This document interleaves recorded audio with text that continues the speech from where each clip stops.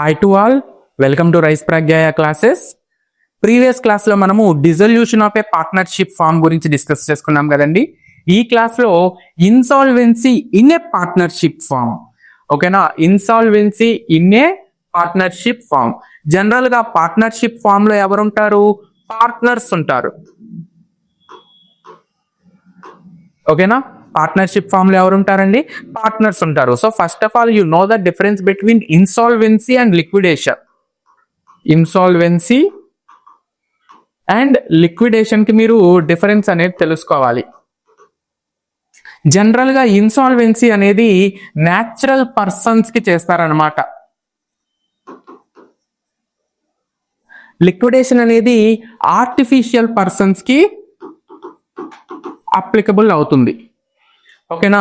అదేంటి సార్, జనరల్ గా insolvency or liquidation both refers to the excess of liabilities over assets, ఓకేనా? But insolvency అని ఎవరిని అంటారు? హ్యూమన్ బీయింగ్స్ అని అంటారు, న్యాచురల్ పర్సన్స్ అని అంటారు, ఓకేనా? లిక్విడేషన్ అని దేన్ని అంటారు? లిక్విడేషన్ అని ఆర్టిఫిషియల్ పర్సన్స్ కి సంబంధించి అంటారు అనమాట. For example liquidation of companies, liquidation of banks, ఓకేనా? లిక్విడేషన్ ఆఫ్ ఫినాన్షియల్ ఇన్స్టిట్యూషన్స్, ఇవి వింటూ ఉంటాం. అంతేగాని మనం ఇన్సాల్వెన్సీ ఆఫ్ కంపెనీ అని అయితే వినం కదా, ఓకేనా? Same way liquidation of A person అనం. లిక్విడేషన్ ఆఫ్ ఏ పర్సన్ అనం ఏమంటాము? ఇన్సాల్వెన్సీ ఆఫ్ ఏ పర్సన్ అంటాం, ఓకేనా? పలానా పర్సన్ ఇన్సాల్వెన్సీ పిటిషన్ పెట్టాడు, ఓకేనా? పలానా పర్సన్ ఇన్సాల్వెంట్ అయ్యాడు అని చెప్తుంటాం కదా. Insolvent means he is not capable of solvent his external liabilities, ఓకేనా? ఇన్సాల్వెంట్ అంటే ఏంటండి? పేరులోనే ఉంది, ఇన్సాల్వెంట్, ఓకేనా? He is not in a position of solvency for his external liabilities. ఆయన ఎక్స్టర్నల్ లయబిలిటీస్ ని పే చేసే అవకాశం అనేది లేకపోతే దాన్ని మనం, ఆ సిచ్యువేషన్ ని మనం ఏమంటాము? ఇన్సాల్వెన్సీ అంటాం. సో ఇన్సాల్వెన్సీ అయ్యే పర్సన్ ని మనం ఏమంటామంటే ఇన్సాల్వెంట్ అంటాం, ఓకేనా?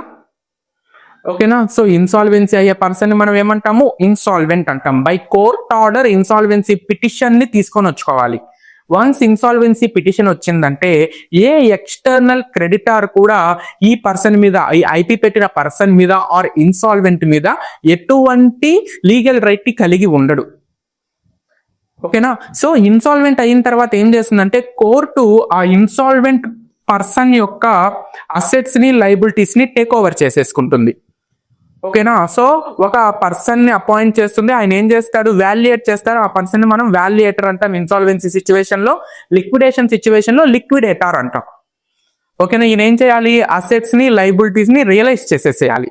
ఆ పర్సన్ కి సంబంధించి అసెట్స్ ని, లయబిలిటీస్ ని రియలైజ్ చేసేసేయాలన్నమాట.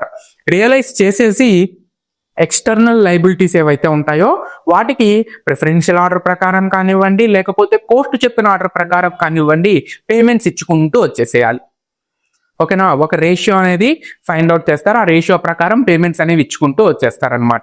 సో ఈ విధంగా ఇన్సాల్వెన్సీ సిచ్యువేషన్ అయితే ఉంటుంది. ఇన్సాల్వెన్సీ ప్రాసెస్ అనేది ఈ విధంగా జరుగుతుంది. సో ఇక్కడ మనం ఏమంటున్నాము? Insolvency of a partnership firm. Partnership firm comprises of partners. Partnership firm లో ఎవరు ఉంటారండి? పార్ట్నర్స్ ఉంటారు. Partners is a natural persons. That's why we use the term insolvency. Sir ఇక్కడ మళ్ళీ డౌట్, ఒక కంపెనీ పార్ట్నర్షిప్ ఫామ్ లోకి ఎంటర్ అవ్వచ్చా? Company partnership firm లోకి ఎంటర్ అవ్వచ్చా? ఎంటర్ అవ్వకూడదు. బికాస్ కంపెనీకి లయబిలిటీ అనేది లిమిటెడ్ గా ఉంటుంది, వేరేస్ పార్ట్నర్షిప్ ఫామ్ కి లయబిలిటీ అనేది అన్లిమిటెడ్. మనం ఫీచర్స్ ఆఫ్ ద పార్ట్నర్షిప్ లో డిస్కస్ చేసుకున్నాం, ఓకేనా? సో ఒక కంపెనీ పార్ట్నర్షిప్ ఫామ్ లోకి ఎంటర్ అవ్వచ్చా అంటే యాజ్ ఏ పార్ట్నర్ కంపెనీ ఉండొచ్చా అంటే ఉండకూడదు. ఎందుకు ఉండకూడదు? రీజన్ ఏంటి? సేమ్ రీజన్, కంపెనీకి లయబిలిటీ అనేది లిమిటెడ్. అందుకే ప్రతిదానికి కూడా కంపెనీ తర్వాత లిమిటెడ్ అనో, ప్రైవేట్ లిమిటెడ్ అనో వర్డ్స్ మనం యూస్ చేస్తూ ఉంటాం, ఓకేనా? పార్ట్నర్షిప్ ఫామ్ కి లయబిలిటీ అనేది అన్లిమిటెడ్. దట్ మీన్స్ ఏదన్నా ఇన్సాల్వెన్సీ సిచ్యువేషన్ వచ్చినప్పుడు, లేకపోతే ఏదన్నా పే చేయలేని సిచ్యువేషన్స్ వచ్చినప్పుడు పార్ట్నర్షిప్ ఫామ్ ఏం చేయాలి? పార్ట్నర్స్ ప్రైవేట్ అసెట్స్ ని సేల్ చేసి మరీ లయబిలిటీస్ ని పే ఆఫ్ చేయాలి, ఓకేనా? సో ఇన్సాల్వెన్సీనే పార్ట్నర్షిప్ ఫామ్ అని ఎందుకంటారో అర్థమైందా? సో పార్ట్నర్షిప్ ఫామ్ లో ఎవరు ఉంటారు? పార్ట్నర్స్ ఉంటారు, ఓకేనా? ఇన్సాల్వెన్సీ అనే టర్మ్ మనము న్యాచురల్ పర్సన్స్ కి యూస్ చేస్తాం. లిక్విడేషన్ అనే టర్మ్ ఆర్టిఫిషియల్ పర్సన్స్ కి యూస్ చేస్తాం అన్నమాట, ఓకేనా? జనరల్ గా కార్పొరేట్స్ కి యూస్ చేస్తాం లిక్విడేషన్ అనే టర్మ్, ఓకేనా, అందుకని మీకు ఎక్కడైనా సరే ఏ బుక్స్ లో అయినా సరే ఇన్సాల్వెన్సీ ఆఫ్ ఏ పార్ట్నర్షిప్ అని ఉంటుంది కానీ లిక్విడేషన్ ఆఫ్ పార్ట్నర్షిప్ అని ఉండదు. అదేవిధంగా లిక్విడేషన్ ఆఫ్ కంపెనీస్ అని ఉంటుంది కానీ ఇన్సాల్వెన్సీ ఆఫ్ కంపెనీస్ అని అయితే ఉండదు. క్లియరా? నెక్స్ట్, ఇంట్రొడక్షన్ టు ఇన్సాల్వెన్సీ చూడండి. Insolvency in general sense refers to inability of an individual or entity to pay their debts when they become due.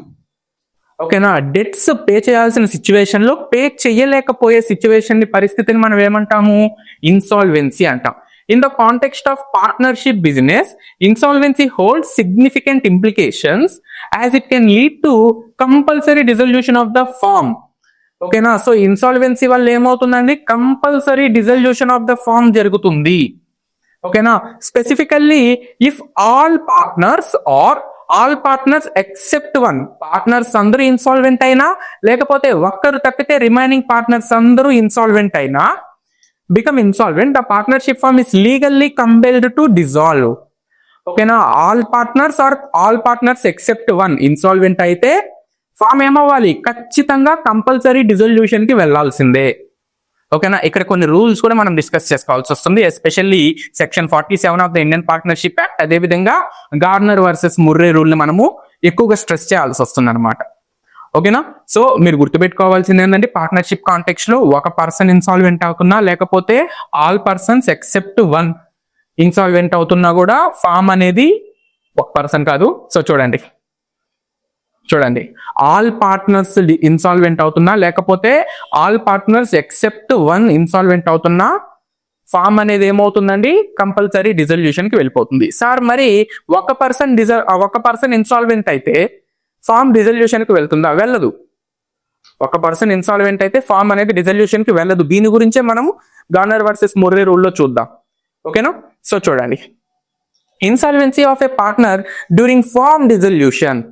Insolvency of a partner during firm dissolution. So firm ని dissolute చేసేటప్పుడు, form ని close చేసేటప్పుడు, business ని close చేసేటప్పుడు insolvency జరిగితే ఏంటి? During the process of dissolving the partnership firm, all assets are typically sold and all liabilities are settled.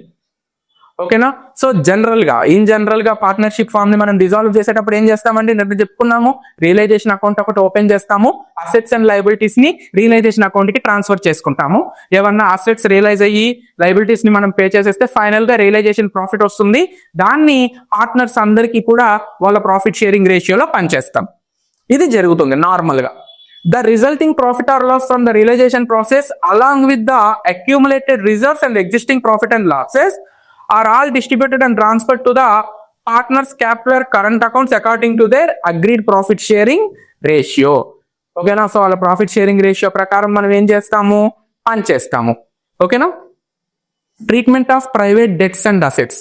ఇక్కడ చూడండి, treatment of private debts and assets.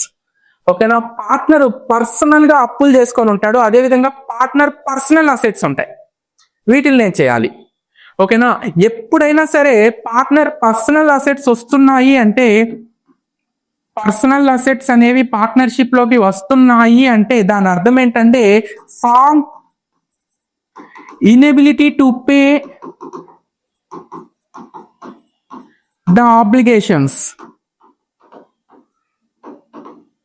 ఓకేనా, ఎప్పుడైనా సరే పార్ట్నర్స్ కి సంబంధించిన పర్సనల్ అసెట్స్ మనము అకౌంట్స్ లోకి తెస్తున్నాం, బుక్స్ ఆఫ్ అకౌంట్స్ లోకి తెస్తున్నాం, లేకపోతే క్వశ్చన్ లో ఇచ్చాడు అంటే దాని అర్థం ఏంటండి?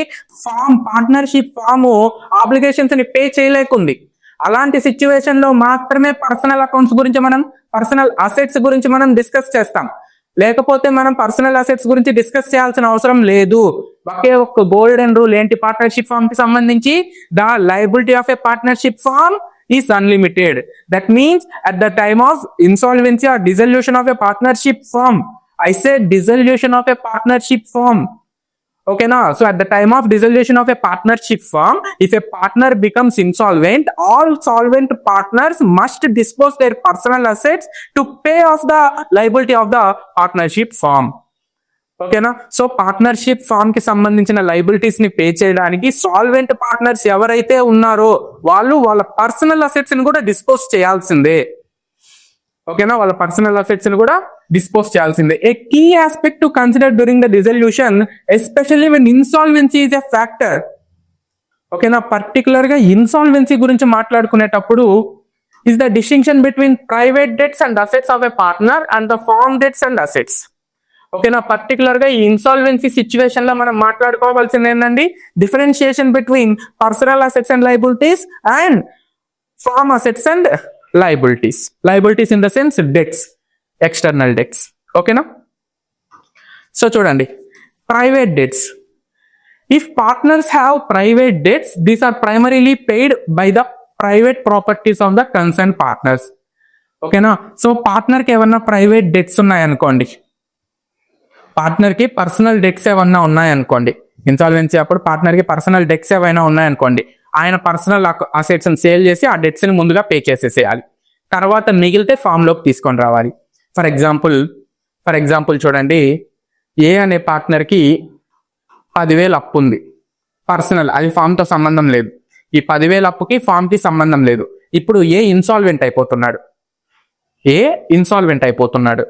ఓకేనా, సో ఏ ఇన్సాల్వెంట్ అయినప్పుడు ఆయన అసెట్స్ చూసుకున్నట్లయితే ఒక 11,000 ఉన్నాయి. జనరల్ గా అంత ఉండదు, ఇది జస్ట్ ఎగ్జాంపుల్ చెప్తున్నాను. ఒక 11,000 ఉన్నాయి. ఇప్పుడు ఈ 11,000లో 10,000 ఆయన పర్సనల్ అప్పు పే చేసేసి ఒక 1,000 రూపాయలు ఏదైతే మిగిలిందో దాన్ని ఫామ్ లోకి తీసుకొని రావాలి. బట్ జనరల్ గా ఈ సిచ్యువేషన్ అనేది ఉండదండి. ఎందుకు, ఇక్కడ ఈయన సాల్వెంట్ పొజిషన్ లోనే ఉన్నాడు, ఇన్సాల్వెంట్ పొజిషన్ లో లేడు. ఎప్పుడైతే ఇన్సాల్వెంట్ లోకి వెళ్ళిపోతాడో ఆయన ఎక్స్టర్నల్ డెట్స్ మోర్ దాన్ ఆయన అసెట్స్ అవుతాయి. ఓకేనా, నెక్స్ట్ సర్ప్లస్ ప్రైవేట్ అసెట్స్ గురించి ఇచ్చున్నారు చూడండి. ఇఫ్ ఆఫ్టర్ సెటిలింగ్, ఇక్కడ క్లియర్ గా ఇచ్చేసాడు, ఒకవేళ if after settling private debts, so private debts ని సెటిల్ చేసిన తర్వాత,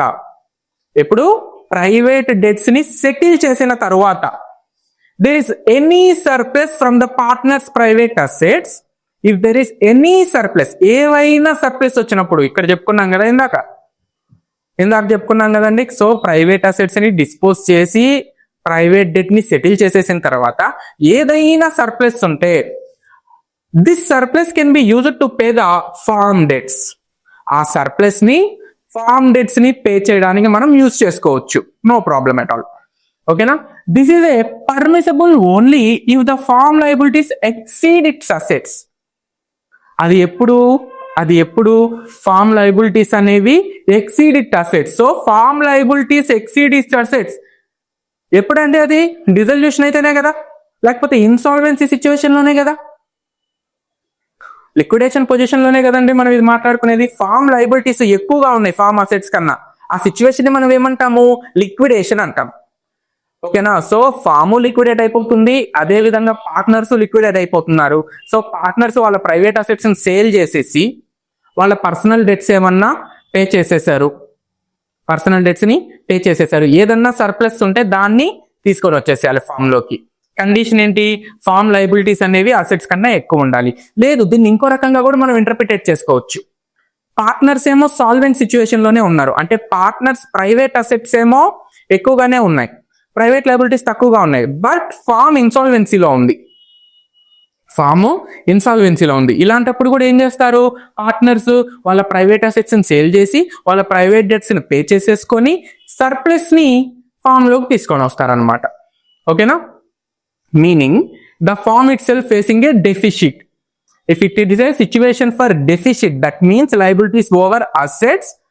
Okay, na, so that's the any surplus realizing from the private property of the partner should taken over by the firm to pay the liabilities. Okay, na. Next చూడండి, determining partner solvency or insolvency. Okay, na, ఒక partner solvent గా ఉన్నాడా insolvent గా ఉన్నాడా అని ఎలా తెలుస్తుందో చూడండి. After all the above adjustments relating to the firm dissolution, okay na, so dissolution of the firm చేసేసిన తర్వాత అన్ని అడ్జస్ట్మెంట్స్ చేసేసాం. ఓకేనా, like realisation, profit or loss, reserves and surplus ని అడ్జస్ట్ చేసేసాము, వాళ్ళ capital and current account balance ని పంపించేసాము, అక్యూములేటెడ్ ప్రాఫిట్స్ అండ్ లాసెస్ ని ట్రాన్స్ఫర్ చేసేసాము. ఈ విధంగా అన్ని అడ్జస్ట్మెంట్స్ మనం కంప్లీట్ చేసేసుకున్నాం. And accounting for surplus from any private assets, the capital account of the partners will either show a credit balance or debit balance. ఓకేనా, capital itself a liability have a credit balance if it is favorable. ఓకేనా, if liability have a debit balance, that means it is the reduction of a liability. ఓకేనా, చూడండి capital కి credit balance ఉందనుకోండి, capital account లో credit balance ఉందనుకోండి favourable ఉన్నట్టు, debit balance ఉందనుకోండి unfavourable ఉన్నట్టు. ఓకేనా, credit balance. If A partners capital account show a credit balance, it means the firm owes money to that partner. ఓకేనా, capital account లో credit balance ఉందనుకోండి, form నుంచి partner కి మనీ రావాలి. సో ఫామ్ ఓస్ money and this amount is paid out to them. Amount ఎవరు pay చేయాలి? ఆ అమౌంట్ ఫామ్ పార్ట్నర్ కి పే చేసేసేయాలి. రివర్స్ కేసు చూడండి, డెబిట్ బ్యాలెన్స్ ఉన్నప్పుడు, if A partners capital account shows A debit balance, it signifies that the partner owes money to the firm. If partner owes money to the firm, it is a situation for debit balance in their particular capital account. If firm owes a money to the partner, it is a situation for credit balance for a particular partner's capital account. This is where the issue of insolvency arises. So insolvency అనేది general గా ఎప్పుడు వస్తుందండి? At the time of dissolution of a firm. ఓకేనా, partners capital account లో debit balance ఉంటే ఆ particular partner insolvent అవుతున్నట్టు అని మనం చెప్పుకుంటాం అన్నమాట. ఓకేనా, నెక్స్ట్ చూడండి, definition of insolvent partner. Definition of insolvent partner. A partner is considered insolvent is despite having a debit balance in their capital account, అంటే ఆయన అకౌంట్ లో డెబిట్ బ్యాలెన్స్ తో పాటు they are unable to bring in the required cash. ఆ deficit ఏదైతే ఉందో దాన్ని cash form లోకి తీసుకురావాలి కదండి, అది తీసుకురాలేకున్నాడు. ఓకేనా, సో డెఫిసిట్ ఉంటే క్యాష్ తీసుకురావాలి, సర్ప్లస్ ఉంటే క్యాష్ తీసుకొని వెళ్ళిపోవాలి. ఓకేనా, నేను చెప్పుకున్నాం కదా, క్రెడిట్ బ్యాలెన్స్ ఎక్కువగా ఉంది, క్యాష్ తీసుకొని వెళ్ళిపోవాలి. డెబిట్ బ్యాలెన్స్ ఎక్కువగా ఉంది అనుకోండి, ఆ డెఫిసిట్ ని in the form of cash తీసుకురావాలి. బట్ పార్ట్నర్ తీసుకురాలేకున్నాడు. ఓకేనా, ఆ సిచ్యువేషన్ ని మనం ఏమంటాము? ఇన్సాల్వెన్సీ ఆఫ్ ఏ పార్ట్నర్ అంట. In essence they cannot pay their debt due to the firm. దాని అర్థం ఏంటండి? ఆ డెబిట్ బ్యాలెన్స్ గల పార్ట్నరు ఆయన బ్యాలెన్స్ ని ఫామ్ కి పే చేయలేకున్నాడు. ఈ సిచ్యువేషన్ ని మనం ఏమంటాము? ఇన్సాల్వెన్సీ ఆఫ్ ఏ పార్ట్నర్ అంటాం. ఓకేనా, so having debit balance in their capital account plus unable to bring A cash, bring the deficit, unable to bring the cash to fulfill the deficit. ఓకేనా, so ఈ particular situation అంటే మనం ఏమంటామండి? Insolvency of a partner అంట. ఓకేనా, loss arising from insolvency. The debit balance of insolvent partner which cannot be recovered from them. మనము insolvent partner దగ్గర నుంచి ఆ డెఫిసిట్ ఏదైతే ఉందో దాన్ని రికవర్ చేసుకోలేం. అందుకని దాన్ని ఏమనుకుంటాము? స్పెషల్ లాస్ అనుకుంటాం. It is a specific type of loss or special loss or extraordinary loss arising directly from the insolvency of a partner. ఓకేనా, సో ఇది గుర్తుపెట్టుకోవాలండి. Loss arising from insolvency is treated as extraordinary loss. Extraordinary loss అంటే ఏంటి? Normal course of business లో మనము face చేయనటువంటి loss. ఓకేనా, so extraordinary loss. Ordinary loss అయితే నో ప్రాబ్లం. ఇదేంటిది? లాస్ అరైజింగ్ ఫ్రమ్ ఇన్సాల్వెన్సీ ఏమవుతుందండి? ఎక్స్ట్రాడినరీ లాస్ గా మనము కన్సిడర్ చేస్తాం అన్నమాట.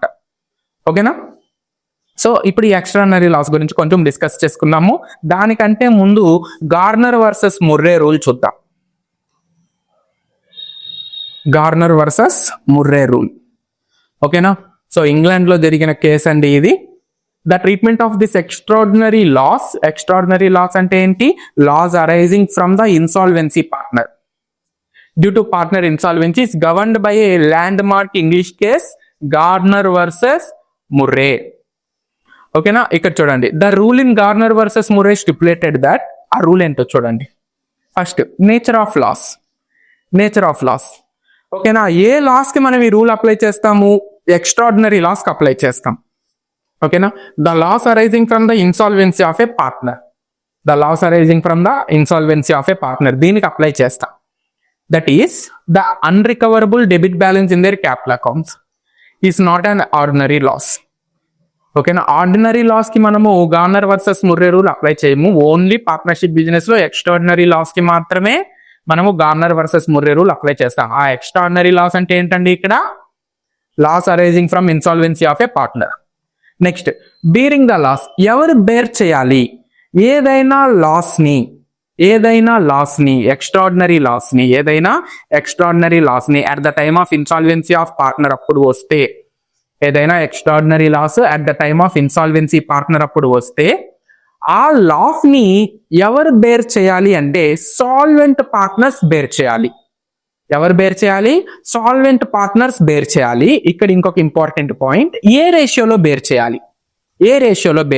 క్యాపిటల్ రేషియోలో బేర్ చేయాలి. ఏ రేషియో? క్యాపిటల్ రేషియోలో బేర్ చేయాలి.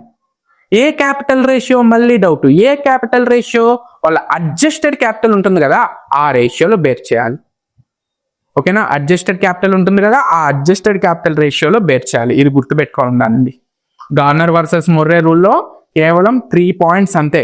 ఫస్ట్ పాయింట్ వచ్చి ఎక్స్ట్రాడినరీ లాస్ అయి ఉండాలి. ఈ లాస్ ని ఎవరు బేర్ చేయాలి? సాల్వెంట్ పార్ట్నర్స్ బేర్ చేయాలి. ఎవరు బేర్ చేయాలి? సాల్వెంట్ పార్ట్నర్స్ బేర్ చేయాలి. ఏ రేషియోలో బేర్ చేయాలి? క్యాపిటల్ రేషియోలో బేర్